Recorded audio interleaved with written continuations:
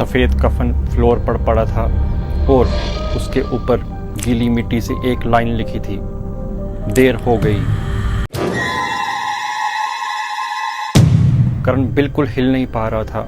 उसकी सांसें तेज हो चुकी थी। टॉर्च की रोशनी सीधा लाश के चेहरे पर पड़ी, लेकिन वह चेहरा ही नहीं था। सफ़ेद कपड़े के अंदर एक और पुराना काला कपड़ा मजबूती से बांधा हुआ था, जैसे किसी ने चेहरा जानबूझकर छुपा रखा हो। करण ने चैन की सांस ली। बस कफन ही तो किसका था, वो खुद से बोला। उसने कफन दोबारा चेहरे पर ढक दिया और जैसे ही मुड़कर दरवाज़ा बंद करने लगा, उसके पीछे से एक बहुत धीमी आवाज़ आई, मत देखो। करण तुरंत मुड़ा। लाश बिल्कुल वैसे ही पड़ी थी, कोई हरकत नहीं। उसने दरवाज़ा जोर से बंद किया, ड्राइवर सीट पर बैठा और एम्बुलेंस दोबारा पत्नी टॉप की तरफ दौड़ा दी। अब करण बार बार रियर व्यू मिरर में देख रहा था। हर बार लाश वही होती, लेकिन हर बार उसकी पोजीशन थोड़ी अलग होती। कभी हाथ बाहर और कभी पैर सीधे, कभी सर दूसरी तरफ, जैसे हर बार वो धीरे धीरे हिल रही हो। लेकिन करण कभी उसे हिलते हुए नहीं देख पाया। लगभग 15 मिनट बाद उसकी नज़र डैशबोर्ड की गाड़ी पर पड़ी। 10:17। 2 मिनट बाद उसने दोबारा देखा, गाड़ी अब भी 10:17 थी। 5 मिनट और बीत गए, गाड़ी अब भी 10:17 थी। करण का दिल तेज तेज धड़कने लगा। उसने अपना मोबाइल निकाला, उसमें भी 10:17 लिखा हुआ था, जैसे वक्त ही रुक गया हो। तभी एम्बुलेंस के रेडियो से अचानक एक आवाज़ सुनाई दी। ये कोई गाना नहीं था, कोई न्यूज़ भी नहीं, बस किसी आदमी की टूटी हुई आवाज़, ड्राइवर, अगर वक्त रुक जाए तो समझ जाना तुम अकेले नहीं हो। रेडियो खुद पे खुद बंद हो गया। करण के हाथ कांपने लगे। उसने एक्सेलेटर और दबा दिया, लेकिन स्पीडोमीटर 60 पर ही अटका हुआ था। चाहे वो जितना भी एक्सेलेटर दबा रखे, गाड़ी ना तेज़ हो रही थी ना धीमी।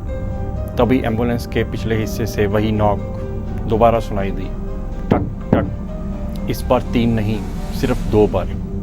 फिर पूरा सन्नाटा, और उस सन्नाटे के बाद करण ने पहली बार साफ साफ सुना, जैसे कोई नंगे पैरों से एम्बुलेंस के अंदर चला रहा हो।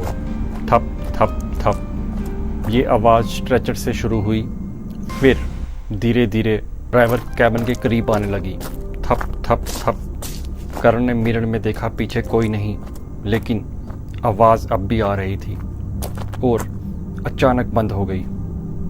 उसी पल उसके कंधे पर किसी का बर्फ से भी ठंडा हाथ महसूस हुआ। करण की आंखें डर से फैल गई और वो मुड़ने ही वाला था पीछे की।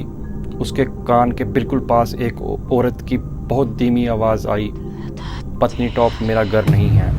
और उसी वक्त एम्बुलेंस के सामने फॉग के बीच रोड पर कोई खड़ा हुआ दिखाई दिया, बिल्कुल सफ़ेद कपड़ों में, और उसने धीरे से अपना हाथ उठाकर एम्बुलेंस को रुकने का इशारा दिया। फॉग इतनी गहरी हो चुकी थी कि हेडलाइट्स की रोशनी भी उस सफ़ेद शख्स तक ठीक से नहीं पहुंच पा रही थी। वो रोड के बिल्कुल बीच खड़ा था, एक हाथ सीधा एम्बुलेंस की तरफ उठा हुआ, जैसे वो लिफ्ट नहीं रोकने का इशारा कर रहा हो। करण को वार्ड बॉय की बात याद आई, अगर रास्ते में कोई भी एम्बुलेंस रोकने को कहे तो मत रोकना। उसने अपनी नज़र सीधे रोड पर रखी, एक्सेलेटर पूरी ताकत से दबा दिया। एम्बुलेंस उस सफ़ेद शख्स की तरफ दौड़ पड़ी। सिर्फ 10 कदम, 5 कदम, 2 कदम, और एक पल में एम्बुलेंस उसके आर पार निकल गई। करण ने रेयर व्यू मिरर में देखा, रोड बिल्कुल खाली थी, जैसे वहाँ कभी कोई था ही नहीं। उसने चैन की सांस ली, लेकिन उस चैन का एहसास सिर्फ कुछ ही सेकंड रहा, क्योंकि मिरर में रोड नहीं दिख रही थी। मिरर में एम्बुलेंस का पिछला हिस्सा दिख रहा था और स्ट्रेचर बिल्कुल खाली था, लाश गायब। करण ने तुरंत ब्रेक लगा दी। वो टॉर्च लेकर पीछे भागा, दरवाज़ा खोला। स्ट्रेचर सच में खाली था। सफ़ेद कफन फ्लोर पर पड़ा था और उसके ऊपर गीली मिट्टी से एक लाइन लिखी थी, देर हो गई। उसी वक्त एम्बुलेंस के बाहर से एक औरत के रोने की आवाज़ आई। करण धीरे धीरे बाहर निकला।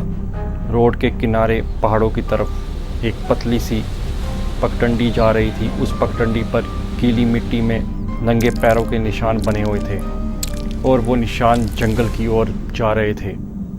करण कुछ पल वही खड़ा रहा, फिर पता नहीं क्यों वो उन निशानों के पीछे चलने लगा।